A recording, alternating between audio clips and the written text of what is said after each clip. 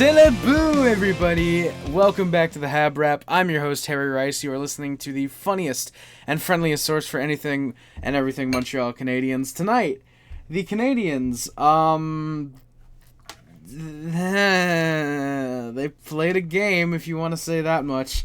That's about the nicest thing I could probably say about this game tonight. The Canadiens played the first of 3 meetings in 2 weeks against the Buffalo Sabres. They're on a 14-year playoff drought, and it's looking like it's probably going to end this year. We'll talk about that. And to join us this episode, that's right, we've got a very special guest, and I do mean emphasis on the special. We do have the one and only Chev Camaro. You might know him as Sporty. Chev, how are you doing? I'm doing good, man. I'm just going to ignore that special part because if there's one thing that was really special, it was the game tonight. This is going to be a really fun episode. This is going to be 2 very conflicting, different minds. You got a Habs fan and a Sabres fan. One is elated, the other is deflated. And Hey, Tom Brady did not get to me. Don't worry. Okay, good. Just making sure. And I'll give the Habs credit. They played 40 minutes. Yeah, they started the game well. They stayed in it until they just didn't. Like, it's so weird to me that they did the same thing against the Capitals, where they played a really good 40 minutes, and then the third period they completely fell flat and they just gave the game up basically. Of course. The difference is that this was a game that you literally had everything in it. Like sticking with the special, apparently, this game, the first half of this game was dictated by special teams. Yeah. Power play goals left and right. And then, if there was one way to describe this game as a whole, a game full of mixed emotions. You got friggin' the special teams, you got good 5-on-5 play, you got physicality, and then during the third period, the game just became drunk. So you literally got a little bit of everything here. Yeah. Like you said, a lot of special teams, which we'll talk about all of them, of course, when I get to the notes. The Sabres really just wanted this a little more than the Canadiens, which is very surprising given how much the Canadiens have won over the Sabres the last handful of years. It's very weird seeing the Sabres legitimately competitive and actually wanting to get a playoff spot. And to add on to the power play point, for those of you who didn't get to watch the game, or maybe you did watch the game but didn't notice, there were 4 straight power play goals between the Sabres and the Canadiens in this game. And then I think it was after the 4th power play goal that was scored in the game, 0 power plays, I'm pretty sure, for the remainder of the game. There would be 2 more. And one of them was very obvious, and one of them was very much a botched call, but we'll talk about that. Sporty, I want to ask you, before I get into the notes and before we talk or anything, what did you think of the Sabres overall tonight? Was this a typical Sabres game? Was there anything special? Was it out of the ordinary? What went on with tonight's game? So the whole thing of tonight's game, I don't know if you had it in your notes, but this game was in honor of the 2005-2006 Buffalo Sabres squad. Yes. A team that nobody believed in, that surprised literally everybody and came 1 period away from going to the Stanley Cup Finals. Yeah, that wasn't my notes. That was literally the first thing, by the way. Okay. Apologies. But don't worry. That team was honored. That team was honored tonight. Most of them were there. They played like the friggin' 05-06 Sabres. As of lately, what you saw tonight, for those that watched the game from the Sabres, was just the status quo at this point. You get balanced offense. You got defensemen jumping up on the play. You got aggressive forechecking. And the goaltending was goaltending. We'll leave it at that. So it's so weird being in a time of potential legitimacy for the Sabres, but I'm fucking here for it. Yeah. Yeah, I took a couple notes that were mentioning that. There's something that happens very early on, where Doan stole a puck off of goalie. He just couldn't find the net, and for those of you, well, not for those of you who don't know, but because obviously you would know. But me and Chev, we were talking before the game, and he was bringing some of this up to me. That Doan loves to do that. He will steal the puck. I believe you mentioned that he leads the league in turnovers. And takeaways, yes. Or takeaways, yeah, and takeaways, and giveaways and turnovers are very, very different. And so I noticed that a couple times tonight, and it really was a Sabres team that looks impressive. If they can make the playoffs, I definitely think that they'll be able to make some noise. I don't know if they get past the second round, but I definitely think they should be able to easily beat whoever they play in the first round, assuming it's not Montreal. But dude, I can already imagine a freaking 7-game series against Montreal. Buffalo and Montreal would be a hell of a series. I will say that These much. teams freaking hate each other. Yeah, they do. There was a lot of shit with Jack Eye and Gallagher. Yeah. There was a couple things with Gallagher and Greenway. This. You can confirm this. Every time the Sabres play the Habs, it's a fun game. Yeah, literally, it isn't a boring game. For the sole reason of these two teams are so friggin' similar in the way that they're constructed. The youth, the speed. If there's anything that we have that the Habs don't right now, it's just aggressiveness in the forecheck. That's pretty much it. Absolutely, we do not. We lack that aggression, general overall aggression. We don't allow guys like Arbor Jackeye to play up to their potential, and I think that's very much a problem with the team. We don't allow any guys to get aggressive, whether it's defensively, offensively, in the forecheck, backcheck, whatever. We're very much a play technical game. That's one thing I don't like about Montreal. And if you go up against a team with defensive schematics like Buffalo did, that's the result that's going to happen. Yes. Because, like I said it already, the Habs couldn't get anything going in the third period. We were just suffocating the middle of the ice. The Habs couldn't get around them. Yeah. And anytime the puck get in the zone, it was already getting sent back the other way 10 seconds later. Yep, which is very surprising to say because the Canadiens still led the shots in the third 8-5. That's expected. We usually a defensive game once we have the lead in the third. However, the Canadiens all kind of did that a little bit to the Sabres in the second period. The Sabres led the shots 10-8, and it was the same thing like you mentioned. Get a shot, clear it immediately. Get a shot, clear it immediately. The Canadiens were able to do that, and then the Sabres just flipped the script completely in the third period. I have no clue what the hell happened in the second and third intermission for Marty St. Louis to what he said to his troops that ends up with that being the result. I have no clue if it was Marty. I don't know if it's just the fact that we're not a slow team, but we're getting very tired with the amount of games that we've played, but it's like they acted like they had the game already won. Yes, which most other year would be fair because it's the Sabres, but this year is not the typical Sabres. And not only that, it was a game. I'll give credit, was it a tie game? Yeah, it was after two. Yeah, it was a 3-3. It was tied. No, we didn't score in the third. Sabres scored twice. Yeah, that's right. Okay. Yeah, it's like the Habs expected. It's like they were playing like they were in the lead in the third. Yeah, I get they that. Didn't have the right. I don't know what was said. Like you said, I don't know what was said by Marty in the locker room, but it didn't work. Yeah, it obviously did. I'm just really impressed with how we played tonight. I would be for sure if you're a Sabres fan, especially look at a team that's top 3 in the division like Montreal. You get a big win tonight on a night where Pittsburgh also wins. And you're able to solidify that spot, especially against a team in top 3 who looks really good up until recently. I'd be proud as a Sabres fan too.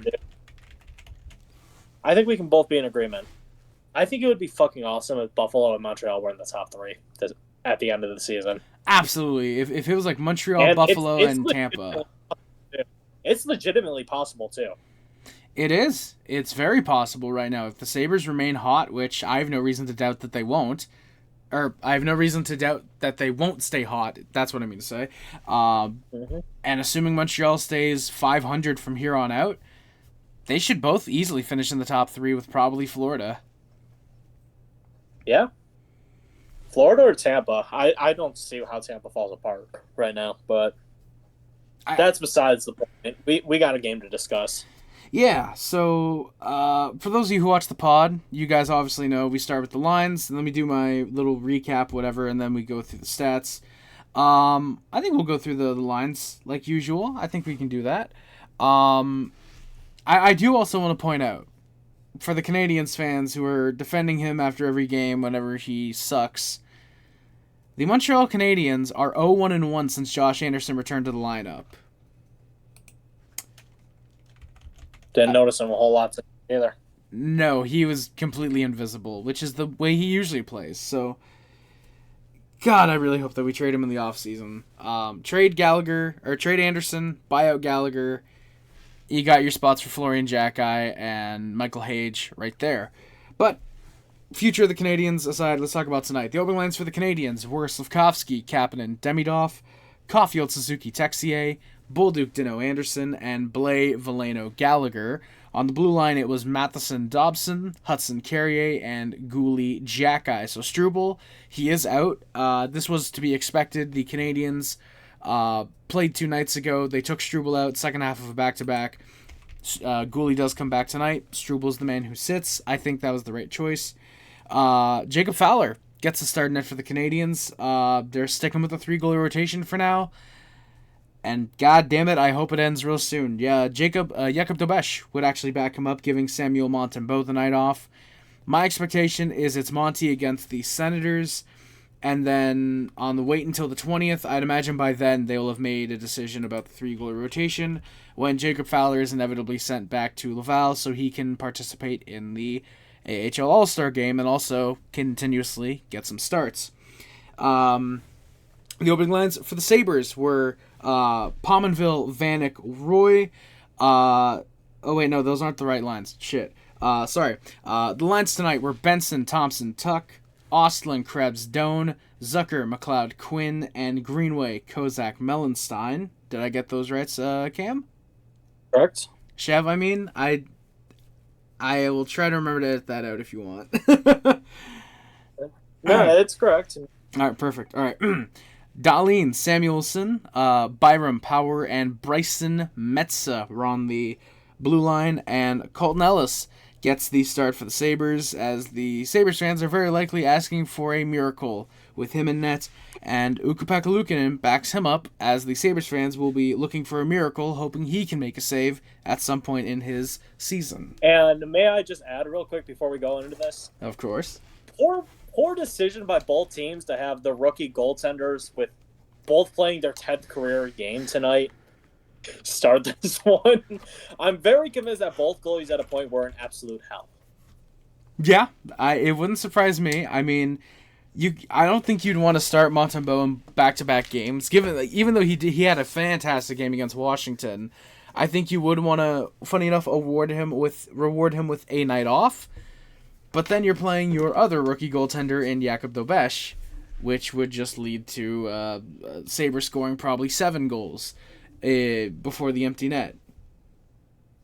So, either way, not good goaltending management by the Montreal Canadiens, it seems like. All right. In the first period, the Sabres opened the scoring. They would not do that, but they would get their first shot about 30 seconds in. Habs ice a puck a minute in. Xhekaj eventually gets called for a hand pass. The Sabres push. They're finishing their forecheck. This is where Doan nearly gets a look off of a steal from Goalie. He just can't get to the net. Habs go back the other way. Suddenly, it's a 2-on-1. Caulfield is with, I believe it was Suzuki he was with. It's a 2-on-1 for the Canadiens. Caulfield takes the shot, gets his own rebound, goes up high, and the Canadiens score at 3:11. Cole Caulfield gets his 22nd goal of the season. He scores from Noah Dobson, and Canadiens have the lead just like that. This one's going to be a cakewalk. So you might think. Habs then go to a penalty kill 4 minutes in. Hudson's called for a high stick on Beck Mellenstein. In other words, Lane Hudson's called for defending himself. And they score. The Sabres do not take long. What was it, Sporty? Maybe 15 seconds? Give me 3 seconds and I can let you know. All right, no problem. But either way, they score off the wall. It's Thompson. A pass gets to him at the bottom left circle, and he just fires it home. A really, really solid shot. Just beats Jacob Fowler. He ties the game. It was a minute 26 into the power play. Did not seem like that long. Did not seem like that long at all. And I believe you're mistaken because. Yes, I am mistaken actually because I was looking at the third period scoring. Dumbass. Oh yeah. It will. It was just 20 seconds.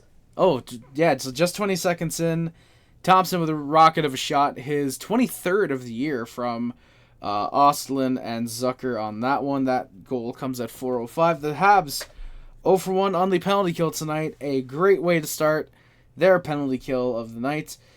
Kapanen off a steal. Ellis makes a good, I said 5-hole save, but it's into the chest. Kapanen was looking for a rebound, but wouldn't get one. Dobson needs a high stick. Yeah, especially with how the rest of the game goes. Very shocking he didn't get a rebound.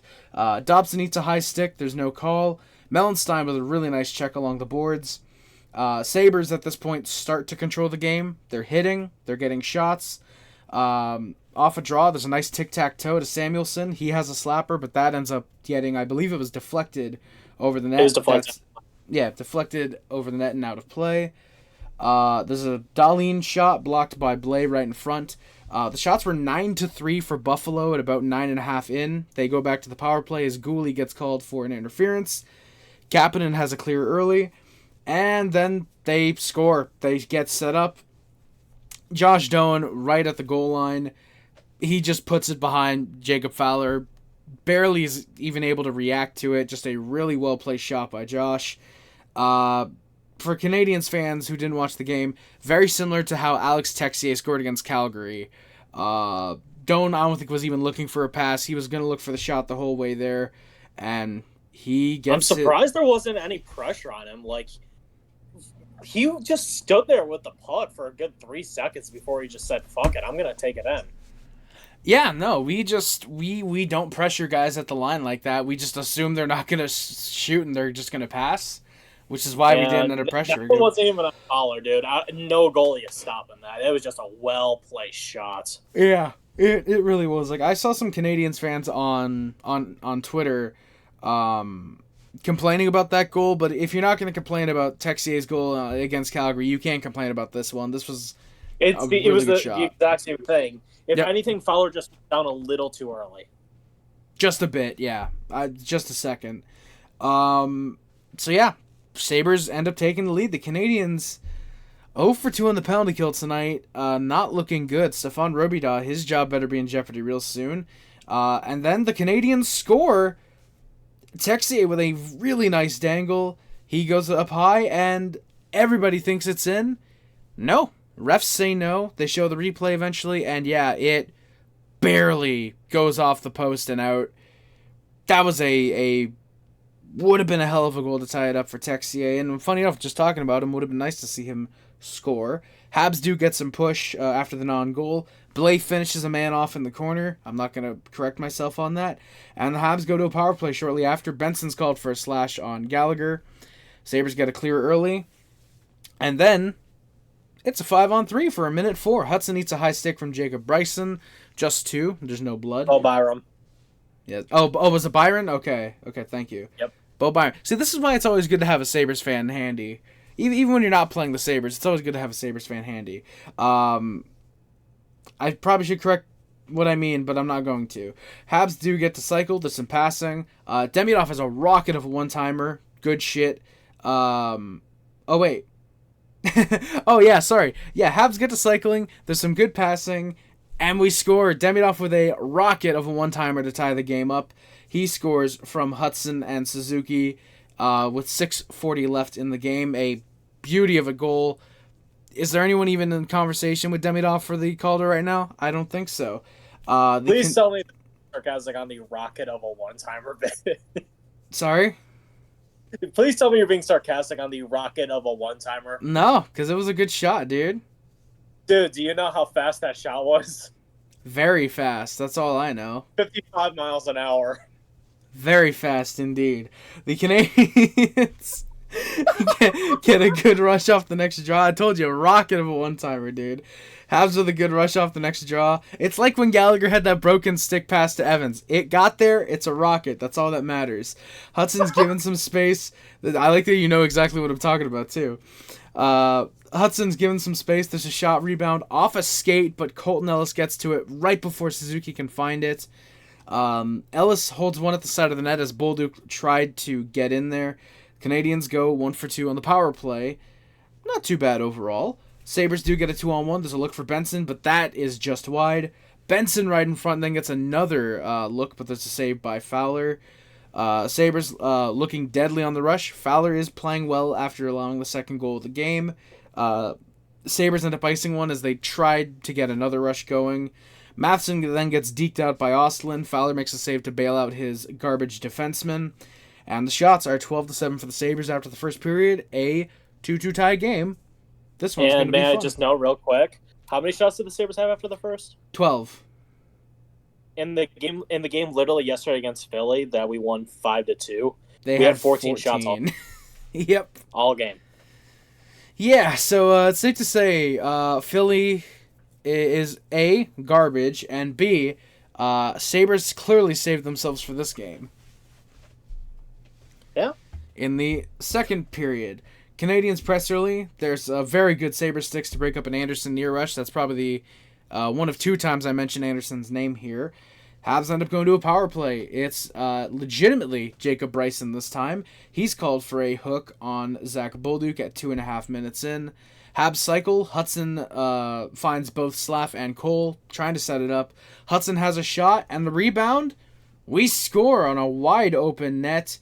Nick Suzuki gets his 15th of the year. Ellis tries to get back. He almost does, but just can't get onto the puck.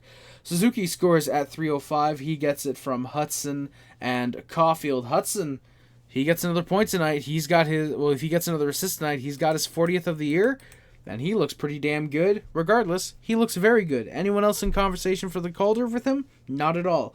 Habs are now 2 for 3 on the power play tonight.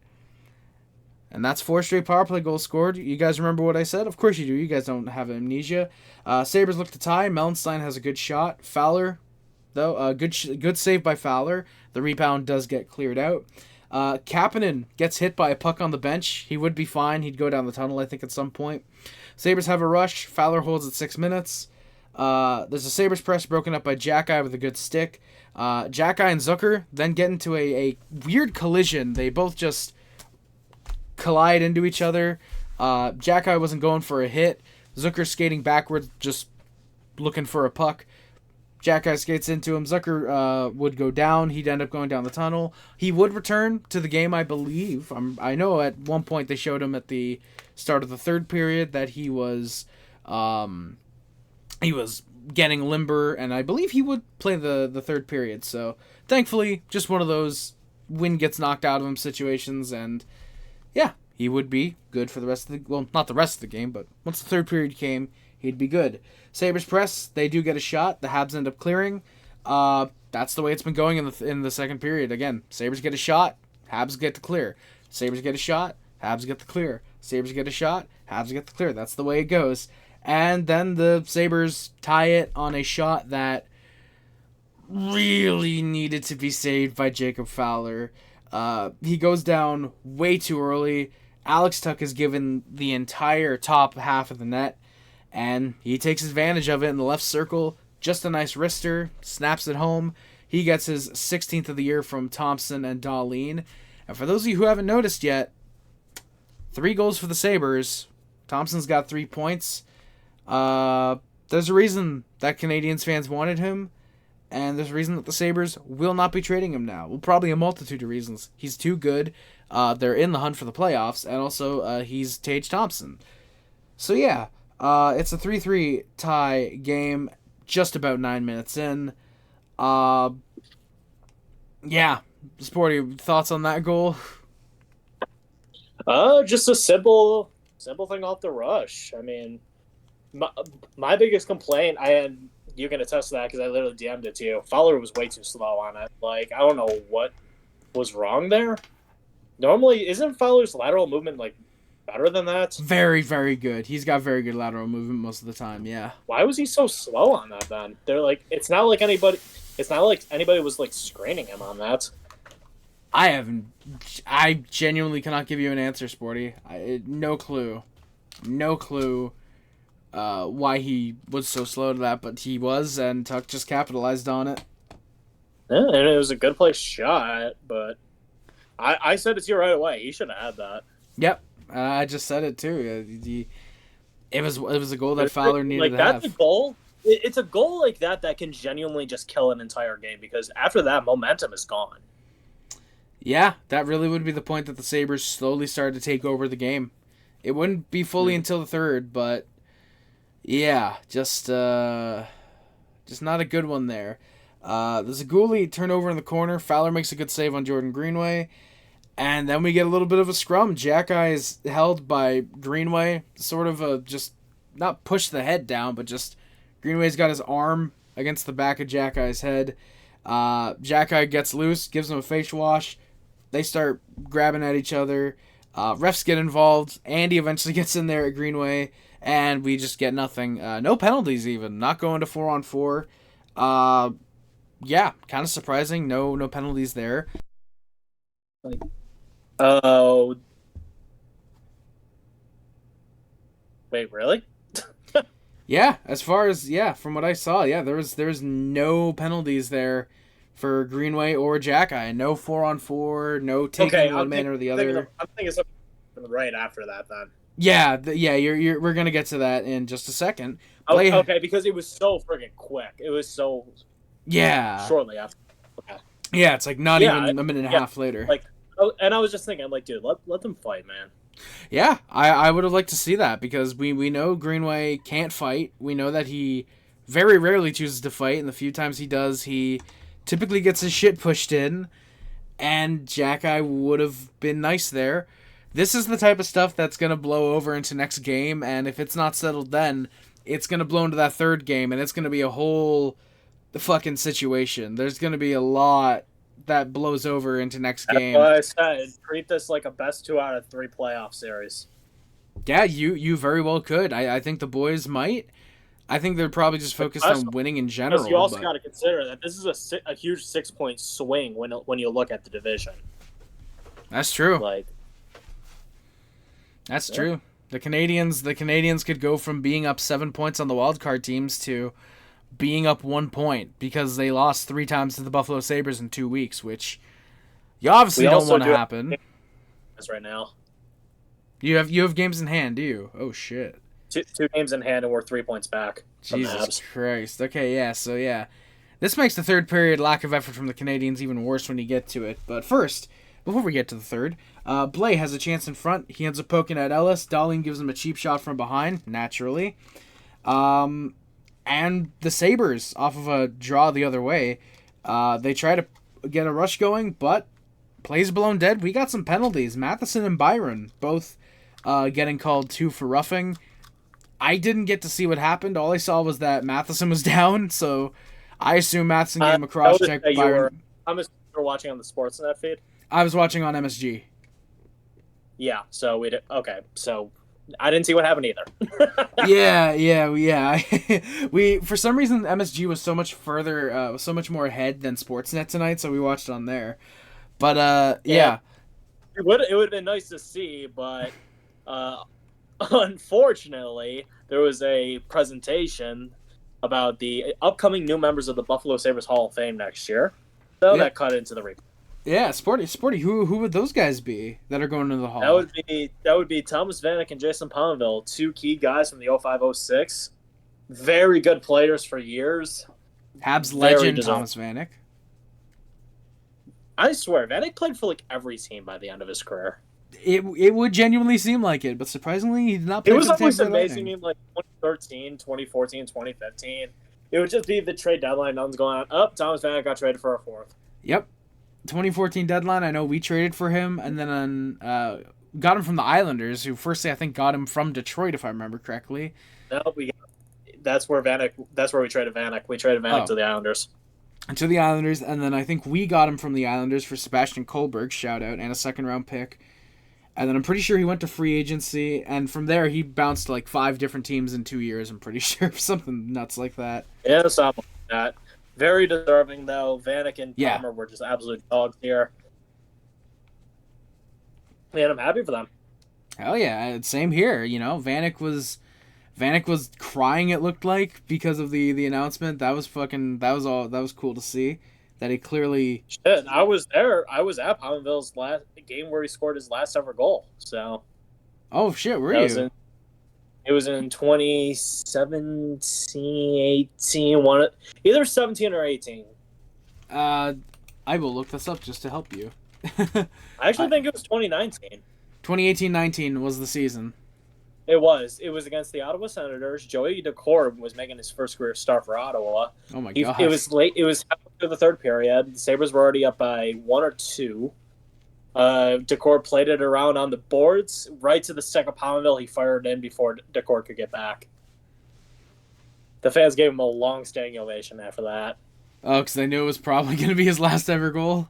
Yeah, and that it was his last game in Buffalo too. So. Oh, it was the last game. Oh, fuck yeah. We had one more away game after that, but nobody cares. Pominville just sat for that. Yeah. He said, fuck this, I'm retiring in Buffalo. I'm not retiring in fucking Tampa or whatever. Yeah. Alright, so Byron and Matheson both get called. I imagine it's one of those, Matheson gives him a cross-check, Byron shoves him back, they just take both of them. Yeah, they took both of them after not giving anything to Greenway or Jack or Anderson or any of that. Yeah, exactly. They considered that like a warning, and then they just kept going after, and then they said, fuck it, you're gone. Yeah, fuck it, you're banned. Habs do get a look, not shorthanded, 4-on-4. Hudson has the shot wide. Sabres the other way, they get a couple chances, but Fowler making the saves. Habs do clean it up. Sabres do get zone time to end the 4-on-4, but they just can't get a shot. No Ivan Demidov for the Canadiens on the 4-on-4, which... Interesting call. Is definitely a choice for Marty, yeah. I might have seen Slavkovsky out there, but I don't think... I'm not 100% sure. Or you didn't notice him. He didn't do anything, man. Yeah. Matheson, funny enough, nearly gets found out of the box off of a Sabres misplay, but he just can't get to the puck. Sabres ice one with 6 minutes left. There's a Matheson hard hit on a Sabre along the boards. Krebs is in. He gives him some cross checks. That's fun. Malenstein with a hard hit along the boards. You didn't see it on the broadcast, but you definitely heard it. I pointed that out to you, too. Yeah. I love that. I freaking love that. Whenever you just see somebody charging in off screen, you hear a giant-ass hit. It basically implying that somebody in the boards just fucking died. Essentially, yeah. That's exactly, yeah. There's no replay on it. There was no replay on it either. We just have no idea. We just took the fans' reactions word for it that Malenstein killed somebody, and we don't even know who it was. Yeah, we can only hope that it was Josh Anderson. The Sabres press hard. Fowler needs to be stable from here on out, which, I mean, I would argue he mostly was. I would argue that. Blais has a hard hit on Doan at the boards. The game was starting to open up a little bit late. Thompson has some speed off of a turnover, but the centering feed gets to nobody. Carey has a nice stick on another potential centering feed, and that ends the second period. The shots are 22-15 for the Sabres. It's a 3-3 tie for the second period in a game where the Canadiens are probably just glad that they're still in it and not down yet. Yet. Keyword, yet. And now, before we go into the third period, I would like to dedicate the third period to Oliver Kapanen. Yeah, so Ollie Caps, who has 16 goals on the year. The last, 4 games, he has been dog water. Yeah. Which, actually, no, that's an insult to dog water, because that's at least useful. He punched a fucking dude in the head in Detroit. And we're gonna talk about what happens. But first of all, It's a little ways out, thankfully. Dahlin blocks a shot from Texier. He was down. He would eventually go down the tunnel. At this point, Zucker is back. I believe he came back, right? He didn't... Yeah, after the third. It was revealed after the game. The wind just got knocked out of him. Okay, good. And did Dahlin return? Because I didn't recall seeing him for the rest of the game. He literally came back during the power play that you're literally just about to talk about. Oh, perfect. Well, there we go. And speaking of a power play, hey, what do you know? It's Sporty called it. Danault gets called for a trip on Jack Quinn 37 seconds in. Habs get a clear early. Sabres look for the lead. Habs manage to clear late after some intense pressure by the Sabres. Habs are, I believe, 2 for 4 on the power play at this stage. Sabres look for the lead. Danault ends up turning a puck over. There's a good look that's saved. Jacki and Mellenstein with a nice hit against each other. They get engaged a little bit later, and I believe it was Greenway who comes in at the benches. That's always fun.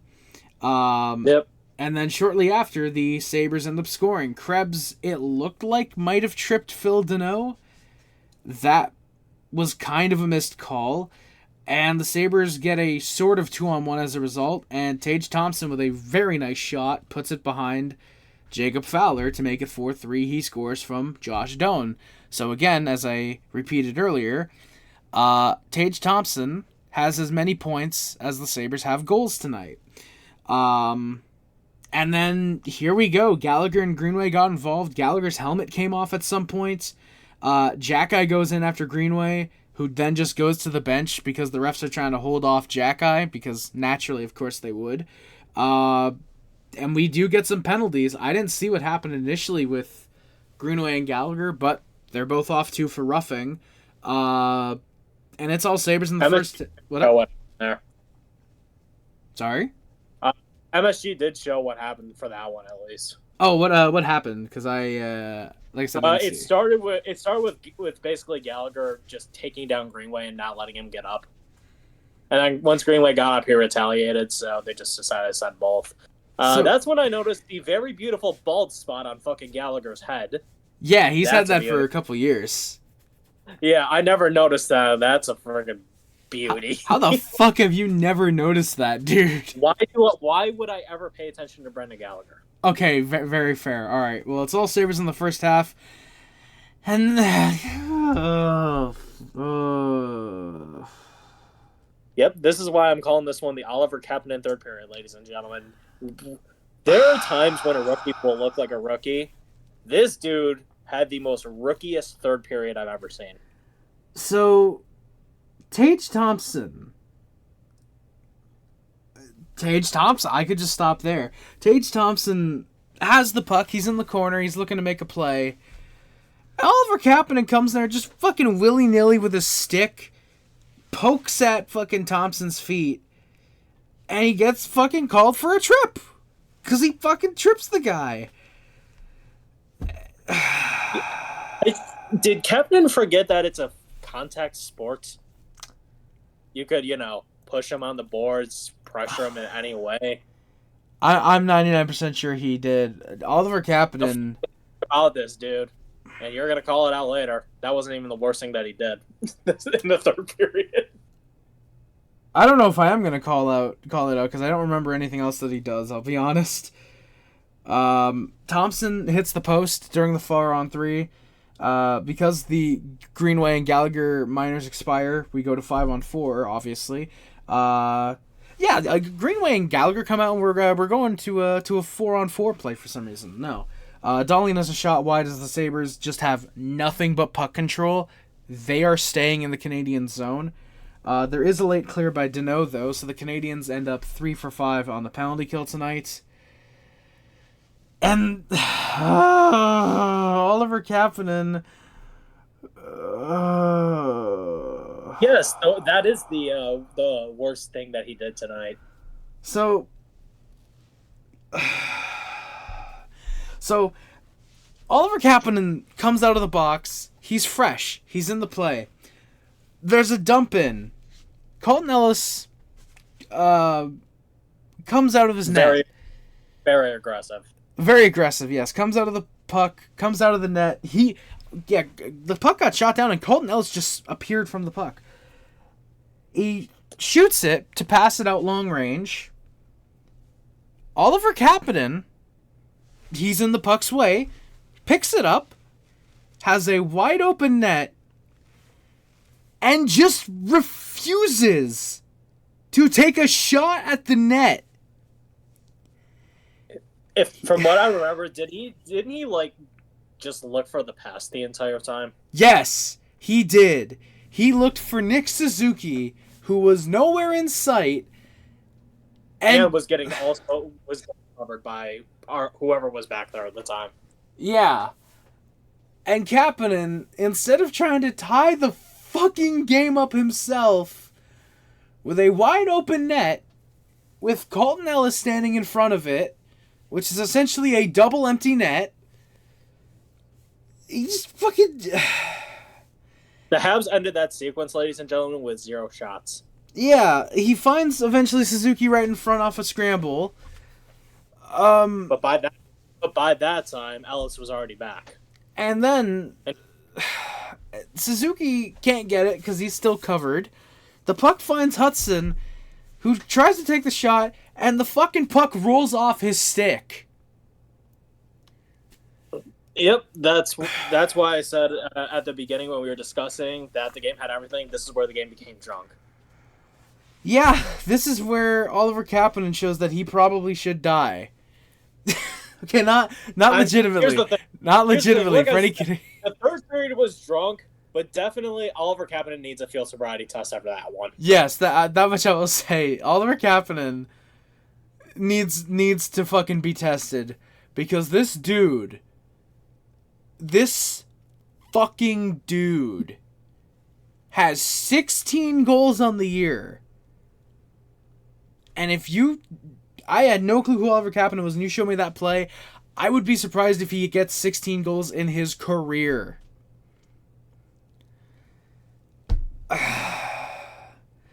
Sabres ice a puck off some good Habs pressure. Hudson and Gallagher get on a 2-on-1. Hudson takes the shot, or tries to take the shot. He doesn't even look to go to pass to Gallagher, which, understandable. And the shot fucking rolls off his stick again. Texier then has a one-timer, but it's off the side of the net. Jack sends a puck out of play. That's right after a good double hit on Greenway. Sabres, at this point, just playing great D to stop any rushes from Montreal. They know that's how they score. That's how the Canadiens score, I should say. And they're just doing a great job of blocking entry. Any entry the Canadiens get, it's basically what the Canadiens did to the Sabres in the second. Canadiens get a shot, Sabres clear. Canadiens get a shot, Sabres clear. Canadiens get a shot, you guessed it, Sabres clear. Eventually the Habs pull Fowler with 2 minutes left off of a TV timeout. Danault ends up losing puck coverage. It's sent down for Tage. He puts it home off of a non-call for a hold on for Benson on Hudson. And Tage Thompson with the hat trick. So if you didn't hear me earlier, Tage Thompson has a 5-point game in a game where the Sabres score 5 goals. Yep. It was his 9th career hattie. I was about to say that. His 9th career hat trick. Sabres have the 5-3 lead. Sabres end up pulling Fowler again with about 1:20 left. Sorry? We what? Sorry, Canadiens pull Fowler with 1:20 left. Did I say the Sabres pulled their goalie? You said that the Sabres pulled Fowler. Oh, sorry, the Sabres just went over and they just started pulling Fowler out of the net himself. No, the Canadiens pull Fowler with 1:20. Thompson thought he was going to go for a full goal game, but he just dumps it to center. Benson and Dobson exchange a shove at center ice after a whistle. Marty calls the timeout with 44 seconds left. Down by 2.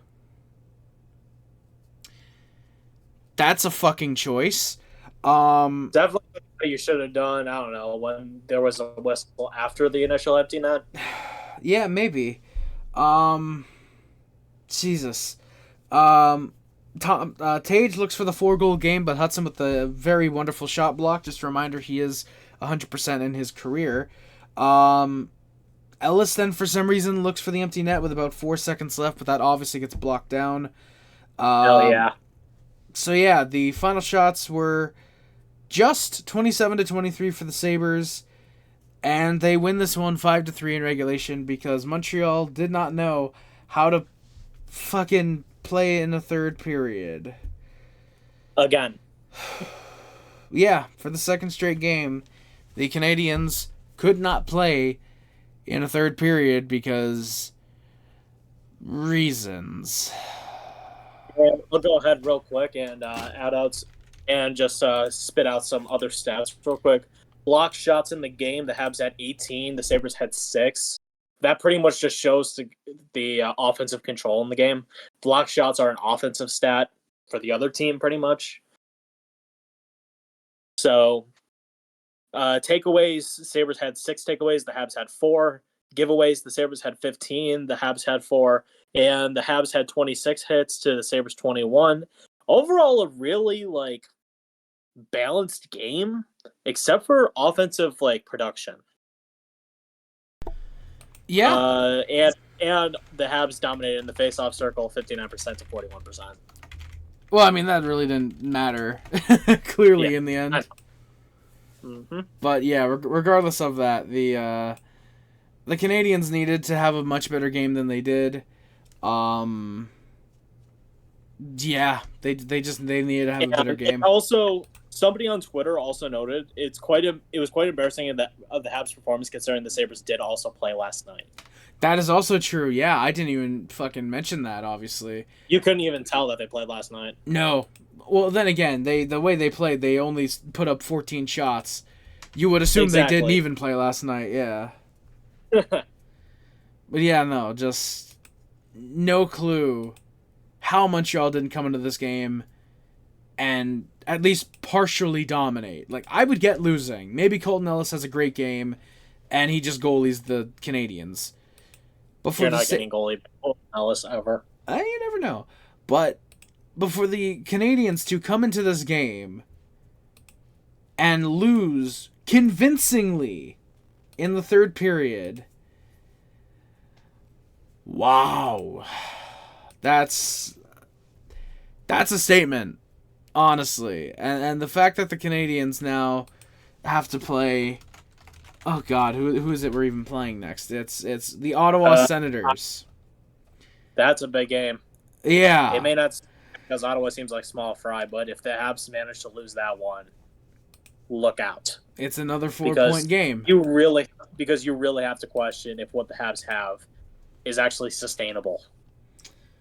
Which I don't... Because we're really seeing now, especially lately, because the Habs have been a really on and off team since the start of the new year. When they win good. They win convincingly. But when they lose, oh boy. Yeah, it's embarrassing. What the Habs really need to do is start learning how to play when the game is close. I don't even think it's that, because we can come back. We can come back very well. When the game is tied late. Yeah, that's true. Yeah, I've said it to you before. This is the first time that's obviously going to be said, on record, on record. On record. Sorry, shut up. The Habs' biggest issue that I've noticed this season is their lack of adjustments in game. Yeah, they continue to just play their game as if whether they're up by 5 or whether they're down by 1. They always play the same. It's such an off way of putting it. The Habs are a one-trick pony team. They have one strategy, and they just run with it. It's gotten them 26 wins this season, but it's given them some bad losses as well. Yeah, the 26 wins could easily be 29-30 if we just learned how to adjust. At the same time, it could also just be 19 or 20. That's true. The way that we play is not a sustainable style, most likely. They need to learn how to adjust on the fly in between periods, because if they go into the playoffs playing like this, it's going to be a rough time because the playoffs are just different. Yeah, it's up to 7 games, obviously.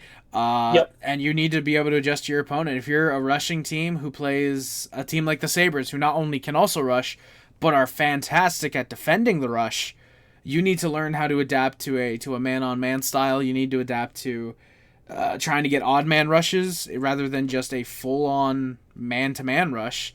You need to be able to adjust to that. And with Marty St. Louis, I want to believe that he can, and I want to believe that he's just holding off until the playoffs, or maybe until after the Olympic break to change anything.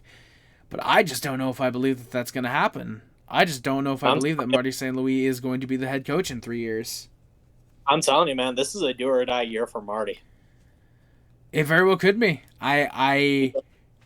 He has shown that he is a development coach. That's good. Which isn't a bad thing. Coach? Can he be a playoff coach? Can he take that next step? Yeah. A coach's development is just like a player's development. Yeah. Can they take the step? Just about 20 years later. I've said it before. Once again, this is the first time I'm saying it on record. It's like Donnie Granato in Buffalo. Fantastic at developing the guys. He just couldn't take the next step. That's why he got fired. Yeah. Is this going to be a situation here in Montreal with Marty? Yeah. We'll see. We'll see if he turns into a Don Granato, like you said, where he can develop him well, but just can't make him into a winner. Or we'll see if he's like a Jared Bednar, where... What up? Yep. I know that the Habs, if they have the right coach, they can make some noise. Yeah. Rather, like... They need a veteran head coach. Desperately a veteran coach. That's why I was so excited when we hired Lindy. Yeah. I would imagine. I would imagine so. Like, still, even right now, there are some good names out there. Yeah, like, I mean, I start slumping and they find themselves suddenly on the outside looking in, which in this year's Eastern Conference, that's possible for literally Tampa right now. That every single team that's currently in a playoff spot in the East is one bad week away from being outside looking in. Yeah, they are. And I'm not saying, obviously, I doubt Montreal's going to make a switch in season, but you have to wonder his job security if they really start slumping. Or if they just keep going with if they keep saying that what we're doing right now is fine, this is going to be the status quo. I could see that being the case. Yep. So I do need to ask, before we wrap this up, HabWrap this up. Boo. Yeah, you can blow the air horn. I'll take a lap later. If, say, Marty's job is on the line, out of the coaches that are available now, who would be the most appealing to you? Bruce Boudreau, easily. I there's not even any other that I'm thinking of. It's Bruce Boudreau. We know that there's the meme that he can't win in the playoffs, the home game sevens and shit like that. However, it's Bruce Boudreau. We know that he can coach a winner. He's been around a long time. I love Bruce. I think that he would be a fantastic head coach if we could get him out of retirement. I know he's doing a lot of media work right now. I'd love to see him. I know that there's some people saying Pete DeBoer, who I don't want Pete DeBoer round playoff. Yeah, like he's a guy that does we're talking about Marty not adjusting. This is literally replacing a guy with the same guy, basically, because Pete DeBoer is known to not be able to all Pete DeBoer will do is win 2 rounds in a playoffs. Simple as that. Exactly. If you want to make it to the conference finals every year, that's good. That's what you're gonna get. You're not getting anything else. Yeah, exactly. You're gonna get to the second round, but is that really good enough for Montreal? No, not in the slightest at all. Again, it's all hypothetical. I still firmly believe that Marty's job is safe. Oh yeah, it is safe for at least probably 2 years, I'd imagine. It's a good speculation that if shit does start to go south this season, you have to wonder.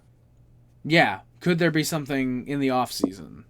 Because Mm-hmm. even if, say, we go on a 12-game losing streak, starting with the Capitals game, we lose another 10 games, I don't think there's any risk of Marty getting fired. I think it's more so seen as it's a development year anyways. We were ahead of schedule, but we just fell back down to earth. We're probably out of it.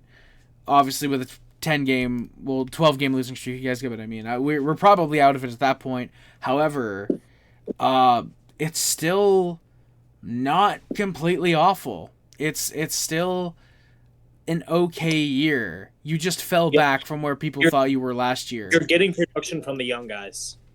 And that's Exactly. all you really ask. They just need to tighten up defensively. Yeah, exactly. Like we're getting, like, Suzuki's having a fantastic season. He's looking like he's going to have another 90-point season at minimum. Would not be surprised if we remember at the Four Nations last year. Coming out of that, he was among like top 3 point producers in the NHL after the Four Nations. Granted, this time he isn't having a rest. He's actually going to the Olympics, but who knows? Playing there, playing that style of Olympic hockey, getting to, even if he's not playing with them, but playing with, you know what I mean? Crosby, McKinnon, McDavid, these guys, that's going to rub off on a guy like Nick Suzuki the way it did last year. I think he's easily going to have a 90-point season this year. Lane Hudson isn't having a horrible season. He's basically point per game, which nobody thought he would be this year. Everybody thought he'd have the sophomore slump, not Matvei Michkov. Haha. Cole Caulfield. Yeah, Flyers fans. Oh no, Flyers fans are going to start typing away in the comments. Oh no. Addressing Michkov too coming soon. Maybe. Caulfield, he's having a good season. He's looking like he's going to score 30 to 35. Ivan Demidov's having a rookie season of a lifetime. Yuri Slafkovsky's not second half Slav anymore. He is full half Slav, which full half Slav, that almost sounds like an oxymoron. Whatever. Noah Dobson's playing well. Everybody is playing well except in their own zone. And that's where you have to look at guys like Mike Matheson, Brendan Gallagher, to an extent Alex Carrier. I think he's gotten a little better recently, but still have to look at him when he's in the lineup. Jaden Struble. Weirdly, once every 5 games, it feels like Arbor Jackeye. You have to look at some of these guys. Almost everyone except, weirdly, Lane Hudson and Caden Gooley. You have to look at defensively. And Noah Dobson. Noah Dobson's been good. You have to look at half of your defensemen and think, how can we get better defense out of them? You look at Joe Veleno, who's somehow a -7 5-on-5, but shorthanded. He's one of your prime penalty killers, and he's not that bad at it. I don't know. Not only that, also getting the top guys, like your top 6, to work defensively. It's not even that, because like you look at the Caulfield, Suzuki, and Texier line. It's not awful defensively. They're able to handle themselves. It's the second line that you have a little bit of issue with, defensively. But overall, dude, I'm just gonna say this firsthand. I seen it in 22-23. Outscoring your opponent can only work so long. Yeah. At a certain point, you need to be able to play defense. Eventually, it catches up to you. Yeah. You can only outscore so long. Yeah, and it whether it's now or it's in a couple games, it looks like it is starting to catch up to the Montreal Canadiens, and again, it's all hypothetical. Who knows? Maybe they destroy Ottawa on Saturday. Well, the odds are more than likely, but it's not a guarantee. 95% still leaves that 5% that it doesn't happen, but... And Ottawa just destroyed the Rangers the other day. I mean, destroyed them. Oh, well, okay. Well, to be fair, it's also the New York Rangers, and they still scored 4 goals. Yes. So, if the Rangers are scoring 4 goals in the Senators, the Canadiens should score about 9. But that's for Saturday's game, Sporty. I think it's time I get into the stats, and then we get on out here, because we've already been recording for a goddamn hour. Yeah, that's what happens when you bring me along. Yeah, this is almost like back in the old days when we'd have the live streams instead of the podcasts. It's called having fun, my man. It's called having fun. Hell yeah. It's probably nice having somebody to discuss this with instead of talking to a brick wall.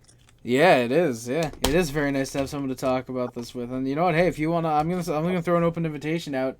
Clearly not to enforce pressure. If you want to come back on, I will be seeing you. Then I will be back next week. Okay, good.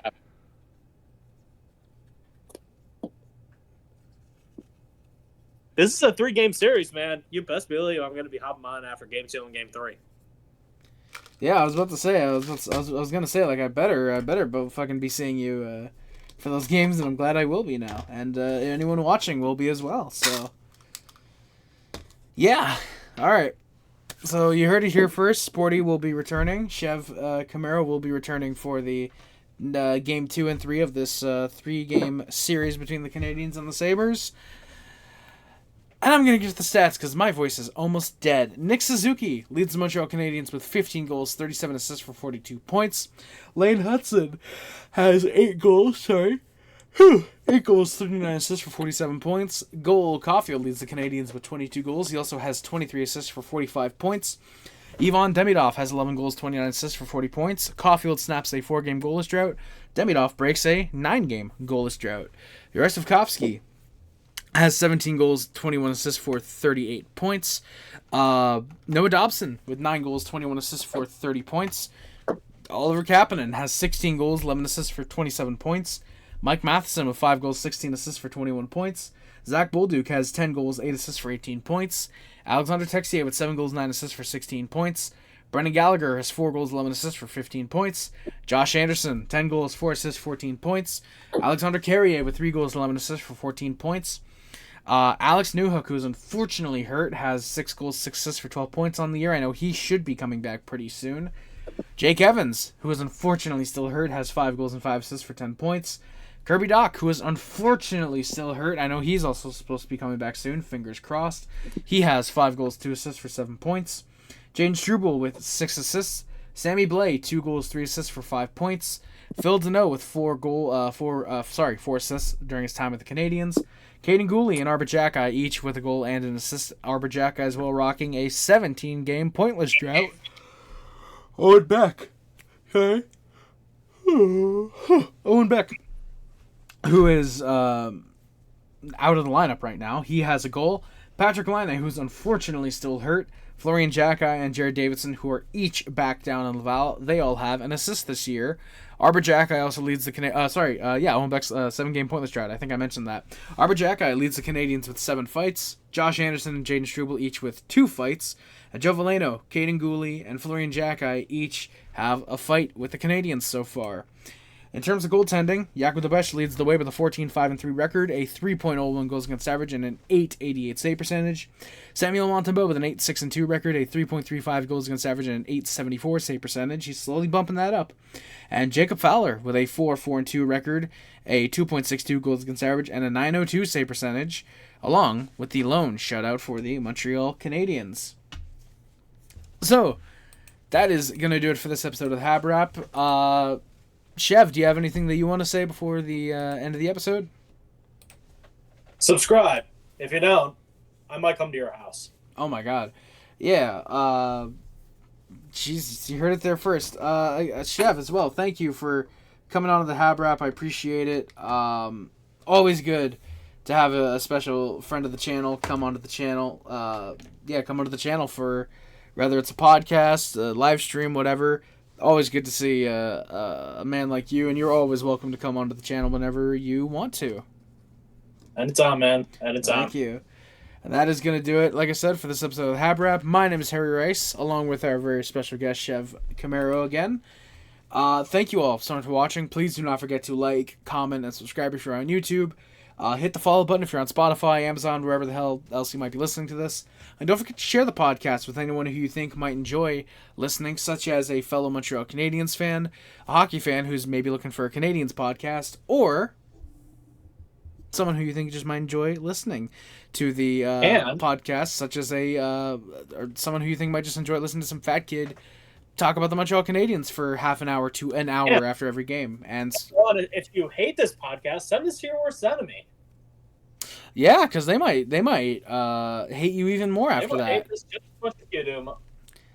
Oh, or that. Oh, that's what you were going with. Okay. So yeah, guys. Again, that is gonna do it for this episode of the HabWrap. My name's Terry Rice, and always remember, no matter how good we were like last year, how good we are like this year, or how great we'll be in the future. Go Habs, go! Allez Montreal, and say with me, everybody. C'est la boo!